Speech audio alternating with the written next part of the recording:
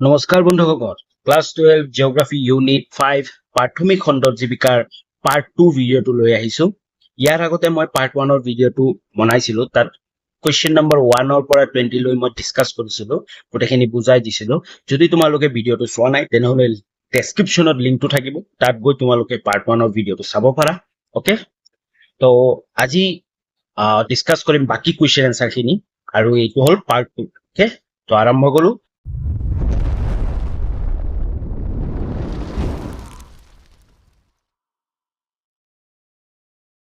Question number 21, প্ৰাথমিক বৃত্তি হিচাপে চিকাৰ আৰু সংগ্ৰহ কাৰ্য বিষয়ে বৰ্ণনা কৰা।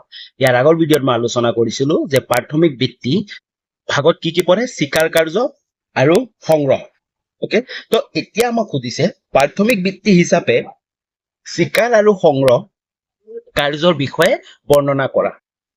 চোৱা, চিকাৰ আৰু সংগ্ৰহ হৈছে মানুহৰ প্ৰাচীনতম জীৱিকা। কি হয়? মানুহৰ প্ৰাচীনতম জীৱিকা। আমাৰ প্ৰাচীন যুগত কি আছিল? চিকাৰ আৰু এই সংগ্ৰহে আছিল, বাকী একো কাম নাছিল। আমাৰ খেতি বাতিও কৰা নাছিল। তো এইটো হ'ল প্ৰাচীনতম জীৱিকা। মাংসৰ উদ্দেশ্যে বন্যপ্ৰাণী ধৰি বধ কৰা কাৰ্য চিকাৰ আৰু অন্য খাদ্য হিচাপে গ্ৰহণীয় উদ্ভিদৰ বীজ, ফল মূল প্ৰভৃতি অৰণ্যৰ পৰা আহৰণ কৰাকে সংগ্ৰহ বোলে। বুজি পালা? পূৰ্বতে চিকাৰ আৰু সংগ্ৰহ কাৰ্য কেৱল খাদ্য গ্ৰহণৰ বাবে কৰা হৈছিল। কিহৰ কাৰণে কৰা হৈছিল? খাদ্য গ্ৰহণৰ বাবেহে কৰা হৈছিল। কিন্তু সাম্প্ৰতিক সময়ত এই কাৰ্যৰ মাধ্যমত অৰণ্যৰ আহৰণ কৰা দ্ৰব্যসমূহ খাদ্যৰ উপৰিও কেঁচামাল, উদ্যোগৰ কেঁচামাল, ওকে, বস্ত্ৰ আৰু গৃহ নিৰ্মাণ প্ৰভৃতি বহুমুখী উদ্দেশ্যৰ ব্যৱহাৰ কৰা হয়।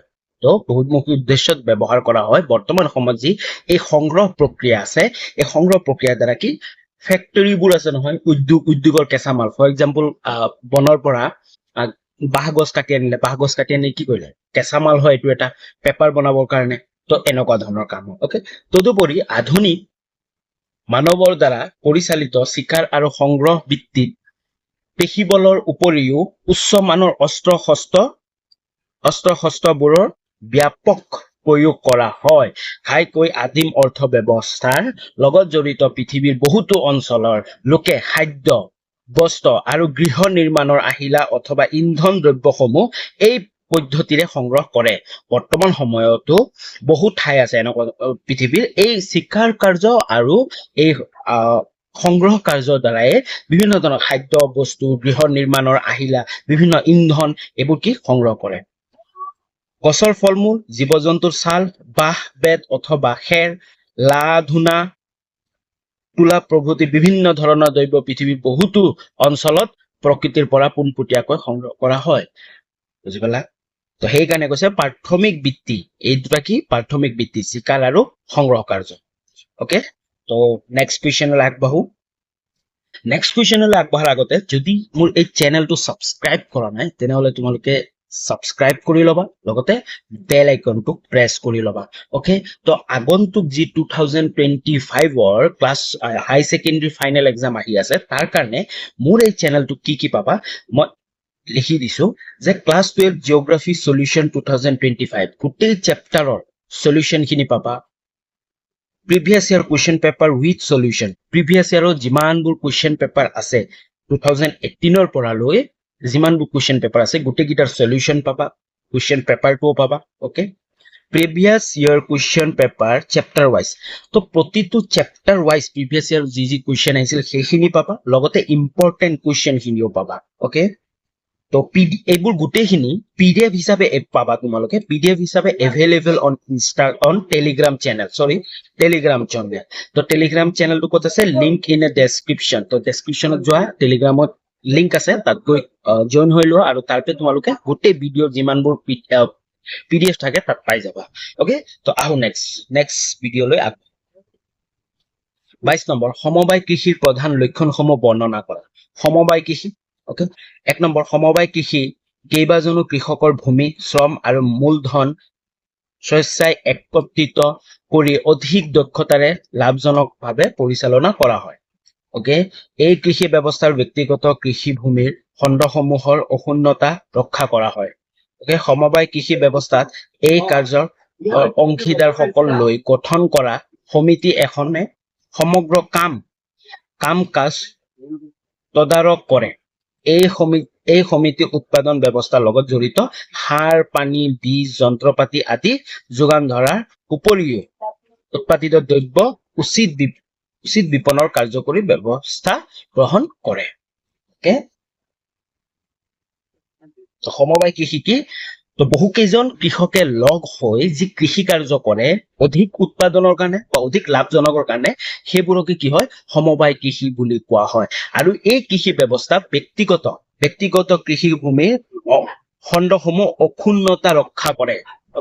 আৰু এইটোৰ কাৰণে কি হয়? এখন সমিতি গঠন কৰা হয়। তেওঁলোকে কি কৰে? কাম কাজ তদাৰক কৰে। আৰু তেওঁলোকে কি? সাৰ, পানী, বীজ, যন্ত্ৰপাতি যি প্ৰয়োজন হ'ব সেই গোটেইখিনি তেওঁলোকে চোৱা চিতা কৰে। আৰু যিখিনি শস্যৰ দামো হ'ব সেই দামখিনিও তেওঁলোকে চোৱা চিতা কৰে। তো নেক্সট ভিডিঅ'লৈ আগবাঢ়ো। নেক্সট কুৱেশ্যন নম্বৰ 23, বাণিজ্যিক পশুপালন বৈশিষ্ট্যসমূহ আলোচনা কৰা।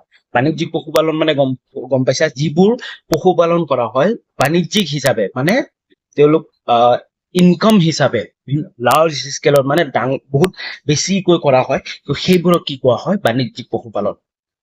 ক নম্বৰ, বাণিজ্যিক পশুপালন বিস্তৃত অঞ্চলব্যাপী উন্নত মানৰ তৃণভূমি একোখন কেইবাটাও ভাগত বিভক্ত কৰি লোৱা হয়। বাণিজ্যিক পশুপালনত বেৰামুক্ত তৃণভূমি খণ্ড একোটাত তাৰ ধাৰণ ক্ষমতা অনুসৰি নিৰ্বাচিত প্ৰজাতিৰ পোহনীয়া পশুপালন মেলি দিয়া হয়। ক নম্বৰ, ইয়াত শ্ৰম ক্ষেত্ৰত মাত্ৰ এজাতি পোহনীয়া পশুপালন কৰা হয়। এই পদ্ধতিত লালন পালন কৰা পশুসমূহৰ স্বাস্থ্য, পুষ্টি আৰু বৃদ্ধিৰ বাবে বিশেষ যতন লোৱাৰ উপৰিও বংশগতি জনিত উৎকৰ্ষ শস্য লক্ষ্যৰে বৰ্ণসংকৰ অথবা তদনুৰূপ কাৰ্যসূচী গ্ৰহণ কৰা হয়। নেক্সট 24 নম্বৰ, বিভিন্ন প্ৰকাৰৰ খনন কাৰ্যৰ বৈশিষ্ট্যসমূহ লিখা। তো খনন কাৰ্য দুই প্ৰকাৰৰ আমি পাই আহিছিলো, মুক্ত খনন আৰু কি? ভূগৰ্ভীয় খনন। তো মুক্ত খনন কি? মুক্ত খনন পদ্ধতিত কম খৰচত সহজতে খনিজ দ্ৰব্যসমূহ আহৰণ কৰিব পাৰি। তো মুক্ত খনন মানে কি? আমি মুক্তভাৱে খনন কৰিব পাৰো, খৰচ ইমান নহয়। আৰু ভূগৰ্ভীয় খননৰ বিপৰীতে এই পদ্ধতিত ভূপৃষ্ঠৰ অগভীৰ অংশৰ পৰাহে খনিজ সম্পদসমূহ উদ্ঘাটন কৰিব পাৰি। নেক্সট, ভূগৰ্ভীয় খননৰ বৈশিষ্ট্যসমূহ হ'ল, ক নম্বৰ, ভূপৃষ্ঠৰ অতি গভীৰ অংশৰ পৰা এই পদ্ধতিৰে খনিজ সম্পদসমূহ আহৰণ কৰা হয়। তো এই খননত ভূপৃষ্ঠৰ অতি গভীৰৰ পৰা যিবোৰ কয়লা আছে, পেট্ৰলিয়াম আছে, ডিজেল আছে, সেইবোৰ গোটেইখিনি আহৰণ কৰা হয়। এই পদ্ধতিত অতি ব্যয়বহুল, মানে অতি খৰচ হয় এইটো, আৰু বিপদ সংকুল আৰু জটিল। ইয়াতে বহুত জটিল হয় এইটো কাৰ্য। এই পদ্ধতিত খনন চলিত অক্সিজেন, পাৰেল আৰু পৰিবহন কৃত্ৰিম ব্যৱস্থা গ্ৰহণ কৰিবলগীয়া হয়। এই পদ্ধতিত মানে অক্সিজেনৰ বহুত জৰুৰী হয়, আৰু যি কৃত্ৰিম যি পৰিবহন ব্যৱস্থাটো গ্ৰহণ কৰিব লগা হয়। তো নেক্সট 24, চতুৰ্থ খণ্ডৰ জীৱিকাৰ বৈশিষ্ট্য লিখা। তো আমি পাইছিলো প্ৰথম, দ্বিতীয়, তৃতীয়, এতিয়া শিকিল চতুৰ্থ খণ্ডৰ জীৱিকাৰ বৈশিষ্ট্যসমূহ লিখা। তো চতুৰ্থ খণ্ডৰ জীৱিকাৰ বৈশিষ্ট্যসমূহ হ'ল, ক নম্বৰ, চতুৰ্থ খণ্ডৰ জীৱিকাধাৰীসকলে তেওঁলোকৰ কাম কাজৰ মাজেৰে উদ্যোগ অথবা আৰ্থিক প্ৰকৰণৰ ক্ষেত্ৰখনৰ উত্থান পতনৰ গতিধাৰ নিৰ্ধাৰণ কৰে। জ্ঞান, বুদ্ধি আৰু অভিজ্ঞতা হৈছে চতুৰ্থ খণ্ডৰ আৰ্থিক কাম কাজবোৰৰ চালিত শক্তি। আৰ্থিক দৃষ্টিভংগীৰে গুৰুত্বপূৰ্ণ বিবেচিত তথ্যসমূহ উৎপাদন, সংগ্ৰহ আৰু সম্প্ৰসাৰণৰ লগত চতুৰ্থ জীৱিকা খণ্ডটো জড়িত হৈ থাকে। ক নম্বৰ। ঘ নম্বৰ, উচ্চমানৰ তথ্য, কাৰিকৰী কৌশল আৰু প্ৰশাসনিক দক্ষতাজনিত কাম কাজবোৰক চতুৰ্থ খণ্ডক ভিতৰত ধৰা হয়।